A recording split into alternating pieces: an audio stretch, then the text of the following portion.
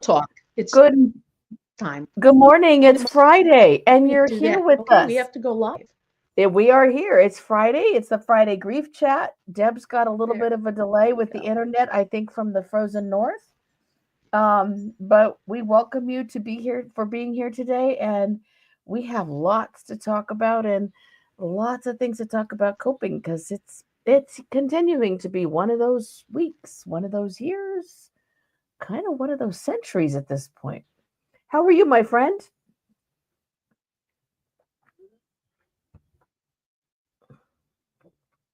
And Deb is frozen. Are you there?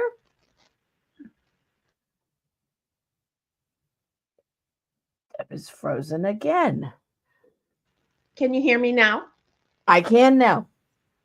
Can Yeah, you hear me you're now? we can. You're kind of coming and going, Okay, Deb. good. Your Yeah. internet is freezing and then coming back. Yeah. Sorry about that, everyone. Who knows? It could be the weather. It could be, I don't know, Starlink. I don't know. So, um, wow, it's been a hard week. Oh, is that Zorro? It's Zorro. He can't be on the floor by himself. He must be with us. So, folks, this will be the grief chat with Jill, Deb, and Zorro for the presumable future. That's beautiful. That's beautiful. Thanks for all the well wishes as I went through my procedure. Jill and I were just talking about that.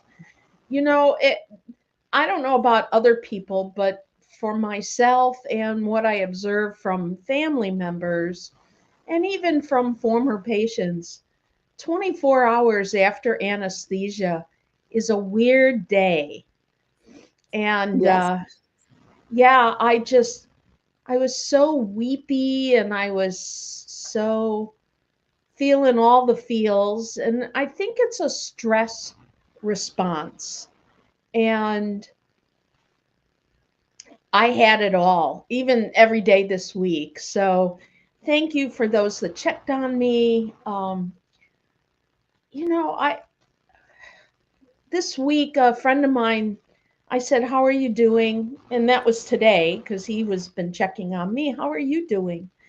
And he said, "It's been a heavy death day, like lots of losses just in Mm-hmm. their circle, and also with Israel. And that is just so hard, It is. especially if you have any affiliation with Israel, whether it be family, whether it be Jewish and no family, whether it be you just feel that that underlying empathy of of of trauma, number one, of trauma, because their families were ripped away in horrific war circumstances. And so we're Mm-hmm. talking trauma, trauma, trauma, right? Right. And then instead of getting back with their hopes and their dreams of live bodies for this Of family, reunification. Mm-hmm. of reunification, what happens? Dead children, horrible. And Jill, correct me if I'm wrong, that's not even the mother. According to The the news outlets, that's not the mother. There's so much additional trauma inflicted with intent, and the trauma that it's inflicted on people around the world who've been waiting for these reunifications to happen and who watched in horror when this all occurred.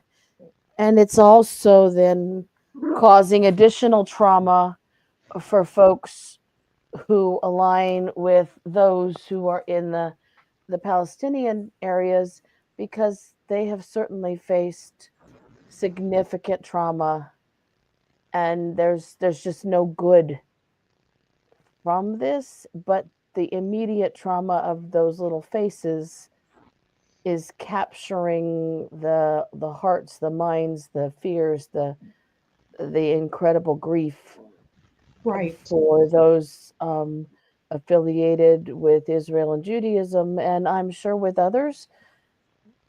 And I don't want anyone here, we don't feel absolutely for those who lost children in Hamas occupied territories either.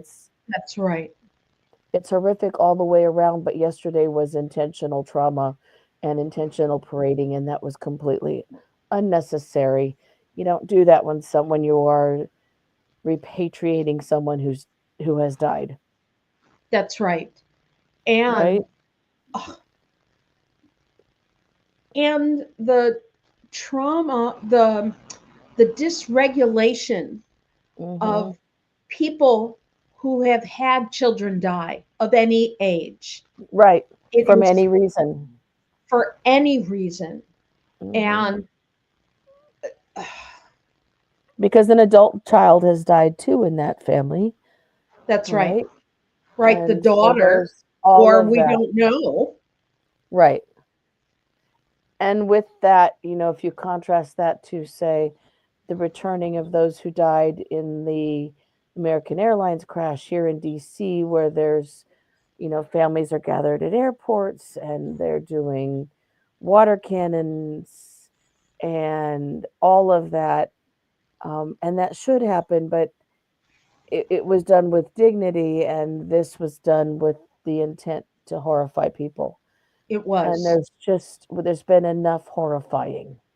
There's just been enough, and we don't need to cause any additional grief, and yet the grief is continuing, and now there is more fighting, and here we go again. And so my heart, and I know Deb's, goes out as well to everyone on all the Mhm. sides, and especially those who have been waiting for those little boys to come home, only to see them come home like that.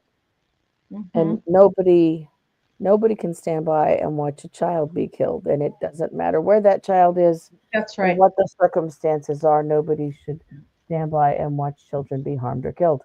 That's yeah. Yep. That's why I worked in child welfare, right? That's that you take care of the kiddos.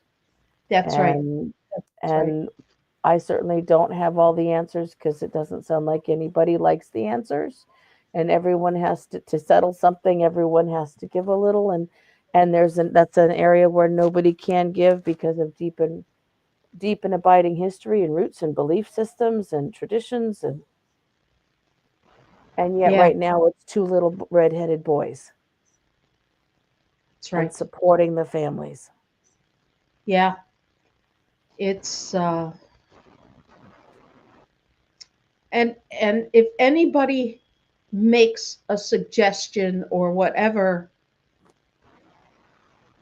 it doesn't matter. And I'm not pointing one side or another politically.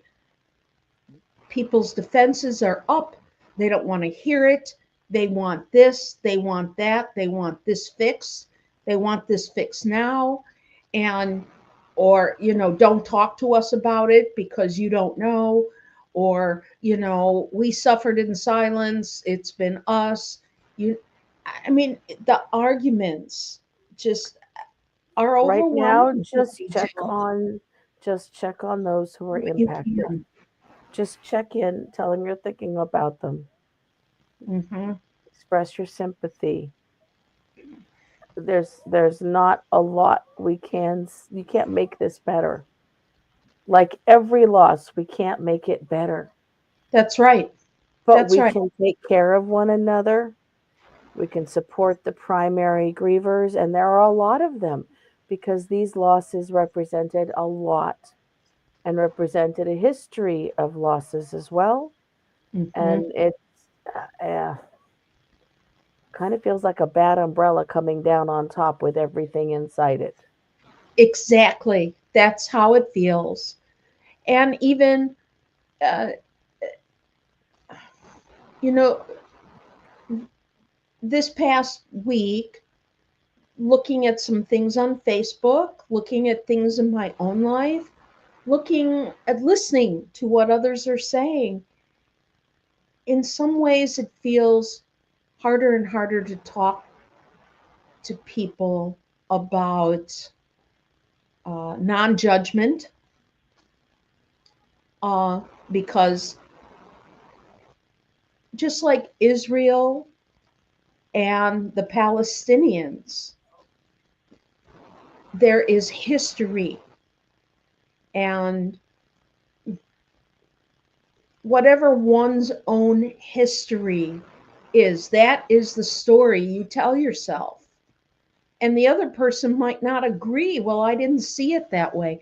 Think of brothers and sisters. One is 10 years older and one is, than the other. And they go, well, I didn't know mom and dad that way. So they think their way is the only way. But that's not true. And it's a lot. I had a client this morning and we talked a lot about, in grief, stories we tell ourselves. Right. And the stories we talk about are from our own history. And sometimes, and I know in my own therapies, I've had to go through this. When you keep telling a story over and over, are you getting any distance from that story to see more of the actual problem? Right. Are you growing through telling the story so you can see the other parts of it, the nuances, right. the changes, and see the growth you can make while it's happening? Exactly. So as and I do this a lot in my grief coaching business, is because I'm not a therapist. I just witness, I ask a lot of questions, I tell stories, and I got some activities. That's what it is in coaching. Learning how to listen and ask questions. So I praise this individual because when they were telling their story, they already had taken a couple steps back and said, well, I realize this about me. I can be, let's say they said judgmental. And I said, that's great that you can even not be defensive and say, I can be judgmental. Because just like a child who's learning to walk, you have to say, yay, look at, you can do it. On an adult level. I do a lot of celebrating with my clients for every small step taken, Exactly. every small bit of growth made. And that's important. And it is. And that is, and also every time they reach out for help from somebody outside, because that is part of getting through this time right now is, where is my circle? Who else can be in it? Hey, Ian. Oh, hi, Stephanie. Who can be part of it? Who can support? How can I support them? Right? It's how do we get people to ask and receive help is a huge part of getting through this kind of moment. It is. And help can look lots of different ways. It doesn't have to be one thing in particular. There's a lot of ways. there, yeah, it could be. And for me, when I do my work, it's how are you physically taking care of yourself first? How are you getting the rest? Are you drinking the water? Are you staying away from alcohol or Right. any other drugs that minimize that can minimize the efforts you're putting in? You want to maximize. Are you in touch with your doctors in case you are on meds to make Yes. sure they're working? Because you know what, when we add extra stress, if you are on some kind of antidepressant or anti-anxiety or mood stabilization treatment, and I'm not saying this as a doctor because I'm not a doctor, I'm not practicing medicine, but if you are noticing a change in your level of functioning, it's time to go see your doctor and talk Exactly. about what's working and what's not, Right. because it Right. might need to be tweaked. Additional stress, additional loss changes how our brain functions. We know that the research supports it. So Yes. how do you get help? If you are getting help from psychotherapy and psychotherapeutic drugs, you need to make sure that you are on the right combination and you're talking to your doctor, Right. right? And yes. And I forget what And and as you start to feel better, like people have been asking me because of the procedure I had on Tuesday, how are you doing today? Well, today I noticed less pain in my mhm, in I was telling Jill, they shove all these tubes in your mouth, breathing tubes, endoscopy. I'm like, I had bruising where I shouldn't have bruising. That's crazy. But I'm having less pain. How do I know I'm having less pain? I don't need Tylenol right away. right. I'm okay. And what else was I saying? How about mentally? I'm not thinking in my head, go away. I'm like answering questions. Am I I, a little clearer in my thought process? Am I less yeah, easily agitated because I'm frustrated with how my brain is working? exactly. So Right? these are things that the, let me just not finish that thought, but say it's the little things in grief or when people don't even realize how much grief impacts them. So it's the little things. Oh, and I took a shower today. Not that the whole world needs to know that, But but I it had helps. energy to get up and take a shower. Also, it didn't feel quite as cold as it's been because I've been walking around with a hat and scarf and blanket and everything. So I'm one And I of the gotta, uh-huh. one of the things that uh, Ian's laughing because he knows I'm known for saying, "Yay, you! Way to go!" Like I'm this little cheerleader. That's why he wrote "Yay, you." Hmm. But to know that you are not alone in your grief. Grief is normal. It's not abnormal. It's normal to feel, and it is normal to feel sad or feel gut punched or or just feel like you need to cry. Those are normal feelings for healthy people, Hmm. And we right? need to keep that in mind. And that's where also the part of the self-care, and yes, we overuse that word, but it really is just go outside. Now I know some of you are in the deep south and it's super cold right now, and I get that. Put on a jacket. Um, but I'm quite lucky. It's going to be 81 degrees here today. And so, oh, I know. Huh? So I started my morning at 6:15 outside without a jacket on. Oh, what a nice thing to do in the month Wow. of February. But when you are outside and you're looking at the trees or the snow and the sparkles in the snow or the birds coming to feed from your feeder, which I hope you have up, especially if you're in the frozen areas, it puts it in perspective that you are a small part of a very big thing. Well And that we have had these moments in history over and over and over again, mm-hmm. Mm-hmm. right? Noel says small steps to celebrate. Yes. So, Oh. how do we look at where we are in this thing and this thing we call life and history? And can we put it in perspective and say, yes, indeed, we will get through it? I'm not minimizing the pain. I'm not minimizing the sadness. I'm not minimizing the trauma.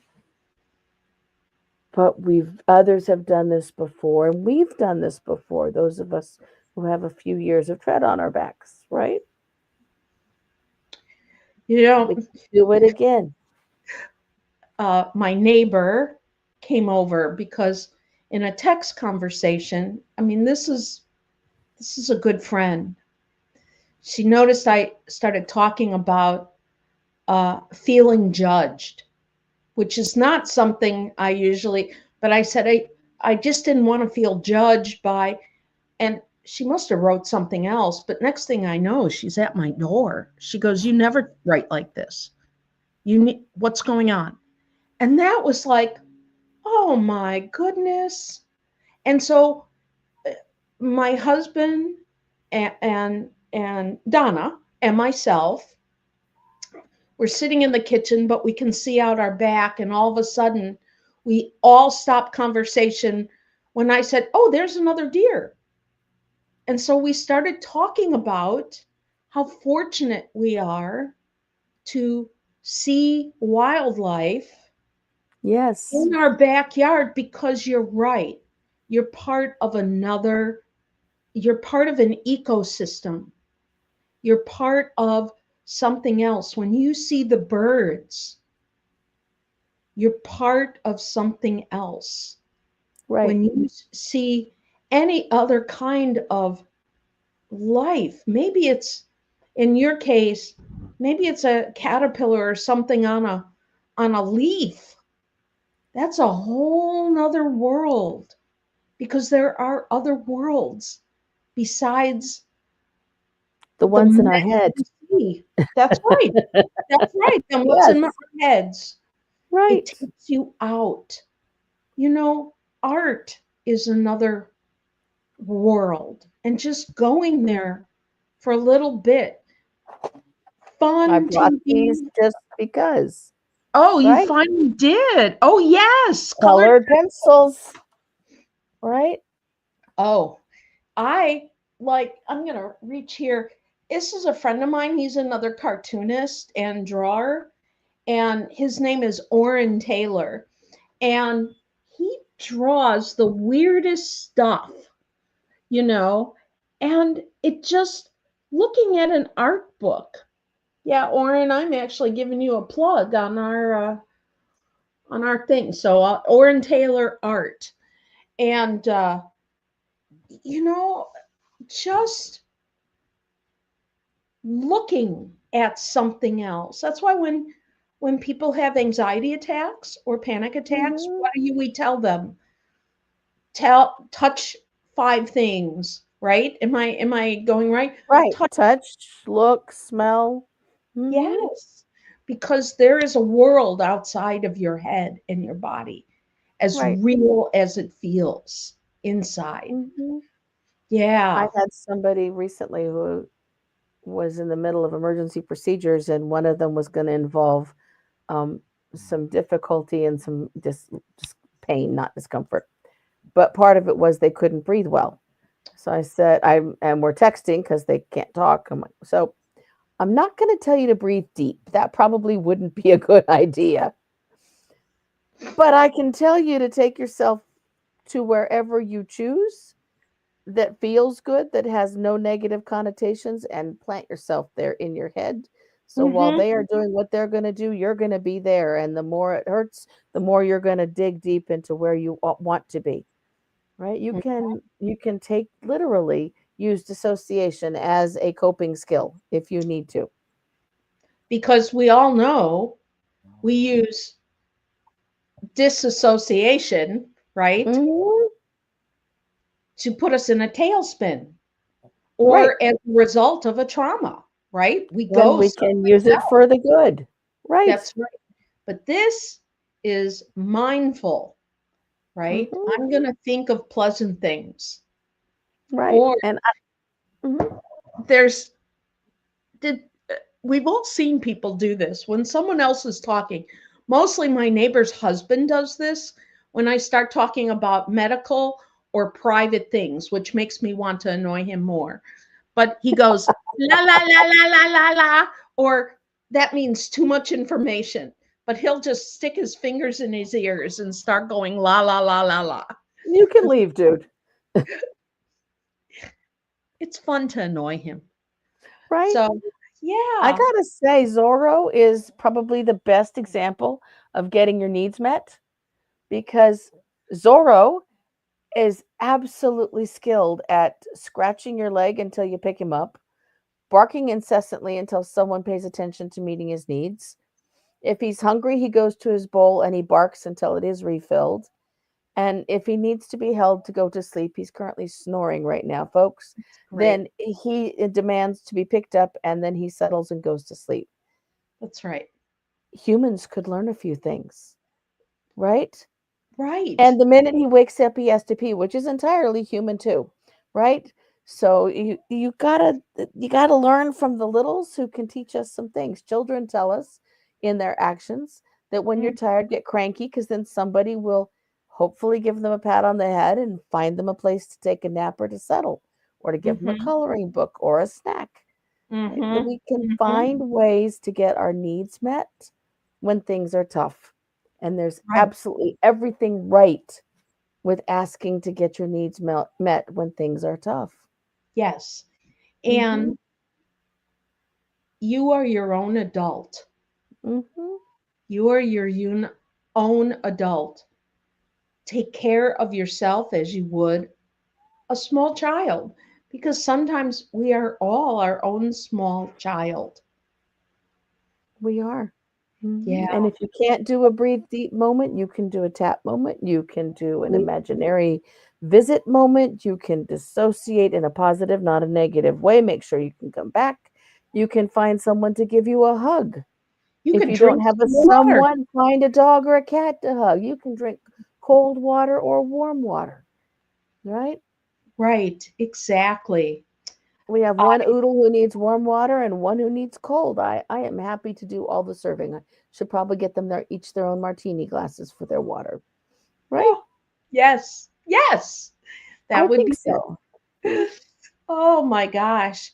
A couple things coming up. I am taking Debbie Frankel's estrangement and grief class tomorrow. Yay!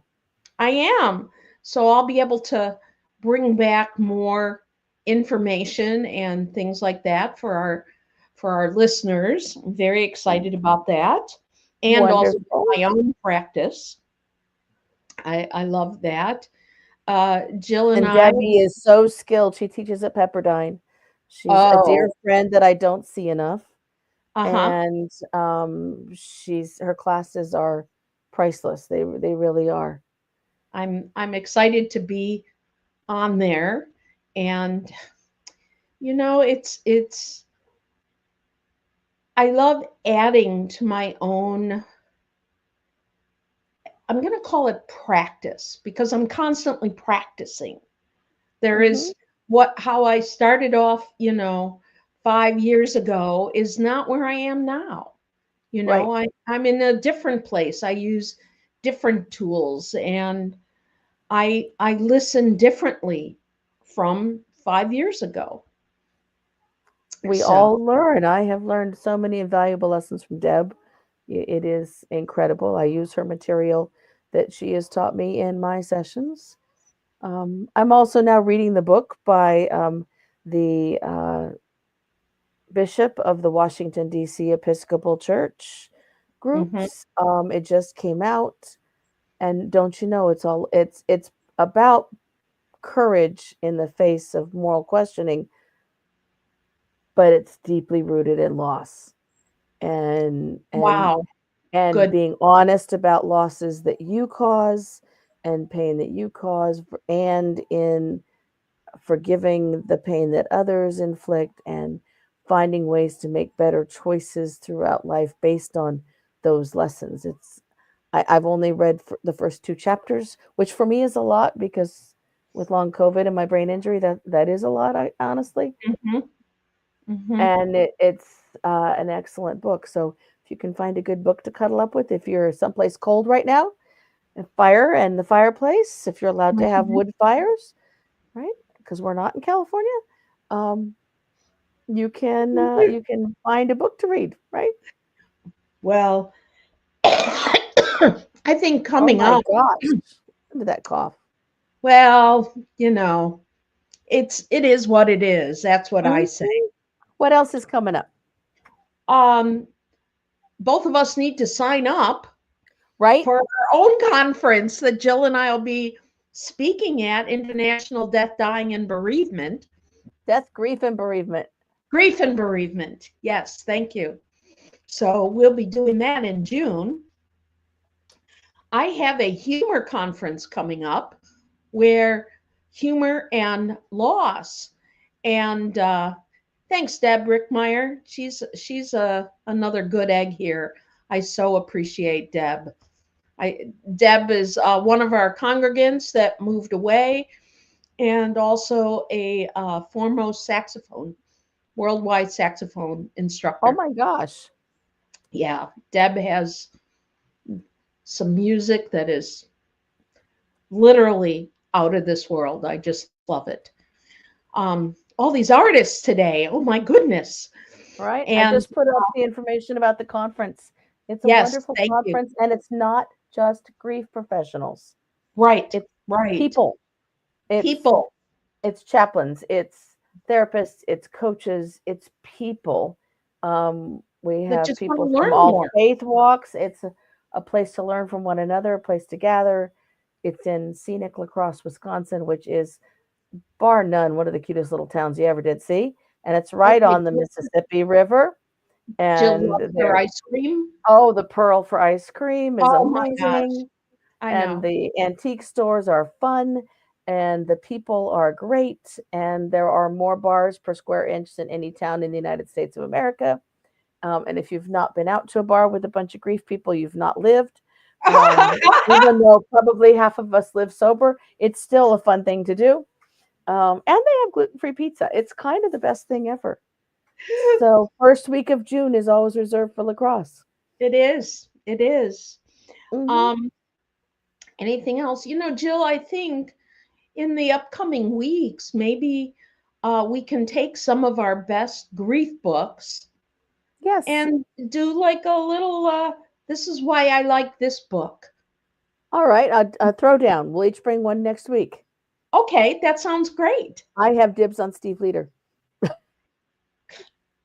No, that's fine. That's really good because there's some other ones that. Oh, there are. Yeah. Yeah, there's tons. There's tons. Yeah, there's tons. And if you want to send some suggestions in, we'll do our best to read through them. We'd love to see them. Post them on the thread please. here or send us a message, and we'll be happy to look them up.